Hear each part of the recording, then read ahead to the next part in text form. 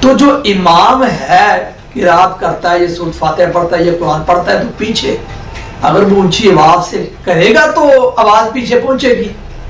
یہ جو میں نے حوالہ دیا کہ مسجد کا گونج جانا، عورتوں کو آواز کا سنائی دینا، یہ حنفی مذہب کے چوٹی کے عالم دین ہے، ذیلی حنفی، نسب اور آیت، جنہوں نے ہدایت کی شرح لکھی ہے، اس کے اندر یہ بات لکھی ہے۔ دونوں باتیں، مسجد کا گونج جانا اور اللہ کے نبی صلی اللہ علیہ وسلم کا اتنی اونچی آواز سے آمین کہنا کہ عورتوں کو بھی سنائی دیتی۔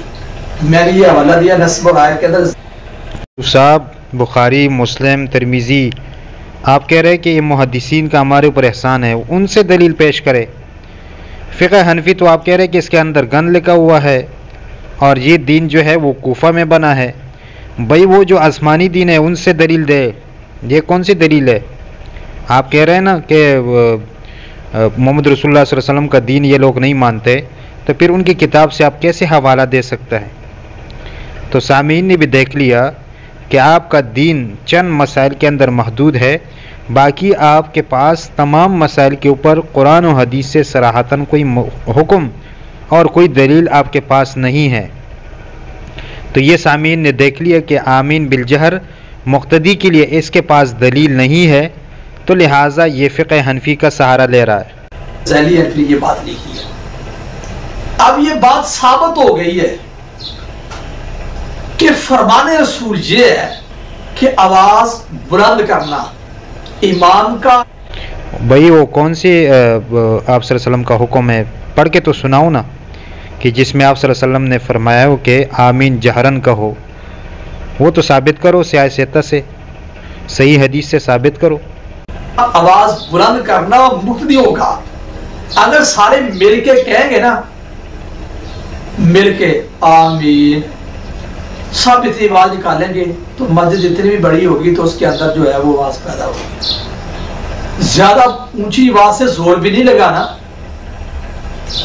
لیکن جب سب مل کے آمین کہیں گے نا تو مسجد کے اندر گونج پیدا ہوگی۔ یہ لفظ ہے، میں نے یہ ذیلی حنفی کی نسب اور آیت سے آپ کے آگے حوالہ رکھا ہے۔ کرے قرآن کی آیت پڑھے، صحیح حدیث پیش کرے کہ اس میں ہے کہ آپ صلی اللہ علیہ وسلم نے فرمایا ہو کہ جب امام ولضالین کہے تو تم پیچھے اونچی آواز سے آمین کہو۔ یہ تو آپ ثابت نہیں کر رہے، دلیل پیش نہیں کر رہے، اور جو بات آپ کر رہے وہ بھی فقہ حنفی سے آپ بات کر رہے ہیں۔ قرآن و حدیث کی بات کرے بھائی، قرآن و حدیث کی۔ پھر ایک ہوتا ہے آہستہ، ایک ہوتا ہے خاموش، اس میں بھی فرق سمجھے آپ۔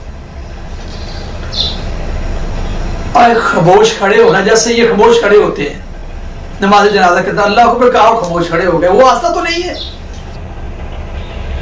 بھائی ہم کدھر خاموش کھڑے ہوتے ہیں؟ ہم تو کہتے ہیں جب امام ولضالین کہتے ہیں ہم کہتے ہیں آمین، لیکن آہستہ کہتے ہیں۔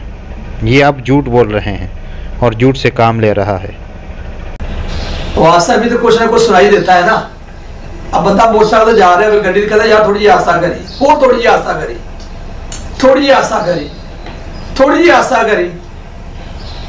اگر اس کی چابی نکال دے، بالکل ہی بند کر دے، وہ آستہ تو نہیں ہے کہ آواز نہیں نکلے اس کی۔ لفظوں پہ غور کرنا، یہ جو اعتبار۔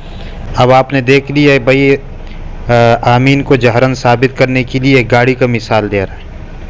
اور بھائی قرآن و حدیث سے بات کرے، یہ کوئی گاڑی توڑی ہے کہ گاڑی سے تشبیہ دے رہے؟ پڑھ رہا ہے، اس نے اپنی مرضی سے قرآن کریم کی تفسیر کی ہے، اپنی مرضی سے المراء فی القرآن کفر۔ یہ جو عبدالواحد قریشی صاحب نے بات کہی ہے اور جو استدلال کی آیات سے، آپ پہلے پڑھے کہ یہ سب سے پہلے کس نے کی ہے یہ گفتگو اور استدلال کس نے کیا ہے۔ یہ سب سے پہلے اس نے نہیں کیا، بڑے بڑے علماء نے اس سے پہلے انہوں نے اسے استدلال کیا ہے۔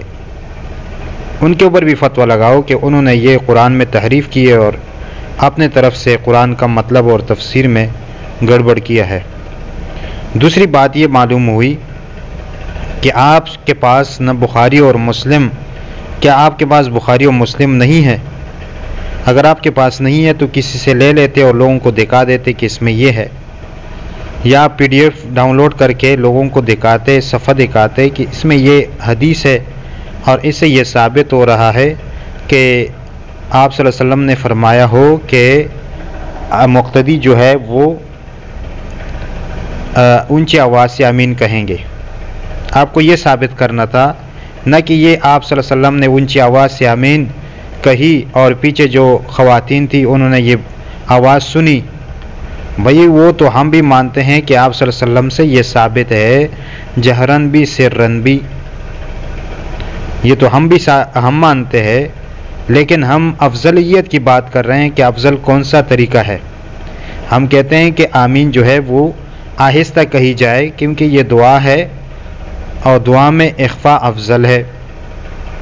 لیکن آپ جو ہے نا بزد ہے اور آپ کہہ رہے کہ نہیں اونچی آواز سے آمین کہیں گے، تو آپ اس کے لیے صحیح حدیث پیش کرے کہ جس میں آپ صلی اللہ علیہ وسلم نے صحابہ کرام کو فرمایا ہو کہ تم امام کے پیچھے جب میں ولضالین کہوں تم آمین کہو. اس طرح حکم دکھا دے تب جو ہے نا بات چلے گی.